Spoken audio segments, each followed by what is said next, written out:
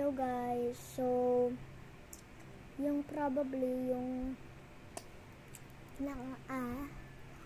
yung Minicono Crunch, alam niyo yun, yung usong-uso sa TikTok.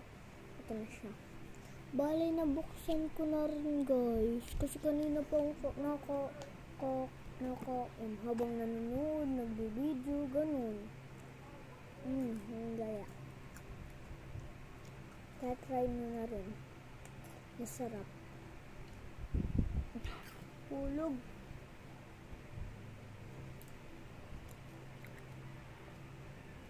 Oh guys, wala nga pala akong kutsara ngayon kasi kita nyo naman.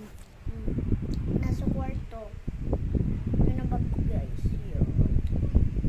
Bag ko. Tapos yung balde ko.